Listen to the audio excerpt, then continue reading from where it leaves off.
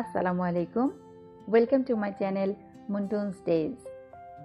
আমি আপনাদের জন্য মজাদার একটা রেসিপি নিয়ে এসেছি। রেসিপিটা হচ্ছে খাসির গোশতের ঘুগনি। আমার আম্মুর হাতে রান্না করা এই ঘুগনির স্বাদটা অসাধারণ হয়। ঘুগনির স্বাদ মনে হওয়া মাত্রই আমার জিভে জল চলে আসলো। চলেন আমরা দেরি না করে ঝটপট মূল রেসিপিতে চলে যাই। প্রথমে একটা ফ্রাই প্যানে অল্প কুকিং অয়েল, পেঁয়াজ কুচি এবং কাঁচামরিচ নিয়ে নিতে হবে। পেঁয়াজ ও কাঁচামরিচ যখন হালকা বাদামি রং ধারণ করবে, ঠিক সেই সময় কেটে রাখা ফুলকপি এবং মটরশুঁটিগুলো দিয়ে দিতে হবে। সাথে দিতে হবে অল্প পরিমাণ লবণ, হলুদ এবং 1 থেকে 2টা তেজপাতা। আপনারা চাইলে এখানে আপনাদের পছন্দ মতো অন্য কোনো সবজিও অ্যাড করতে পারেন। সবজি যখন 75% রান্না হয়ে যাবে, ঠিক সেই সময় চুলো থেকে নামিয়ে রাখতে হবে।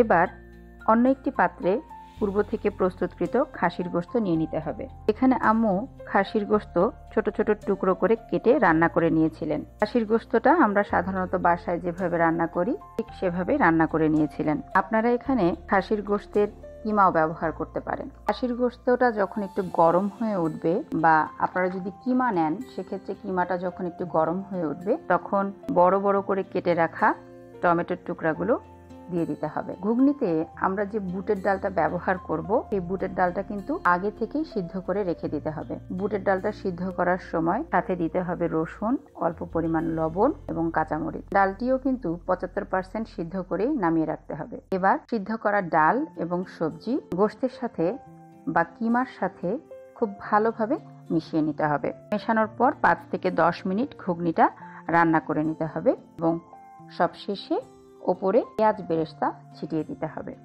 তৈরি হয়ে গেল আমাদের মজাদার ঘুগনি। ভাত কিংবা পোলাও, রুটি পরোটা কিংবা পুরির সাথে আপনারা পরিবেশন করতে পারেন এই মজাদার ঘুগনি। আমার তো খেতে খুবই ভালো লাগে। আমি অবশ্যই আপনাদের কমেন্টের অপেক্ষায় থাকব যে আপনারা কে কে এই রেসিপিটা বাসায় ট্রাই করেছেন। আমার পরবর্তী রেসিপিগুলো দেখার জন্য আপনাদের আমন্ত্রণ রইল। আশা করি আপনারা আমার সাথেই থাকবেন এবং আমার রেসিপিগুলো সবার আগে পাওয়ার জন্য বেল আইকনটি প্রেস করতে ভুলবেন না। ধন্যবাদ সবাইকে।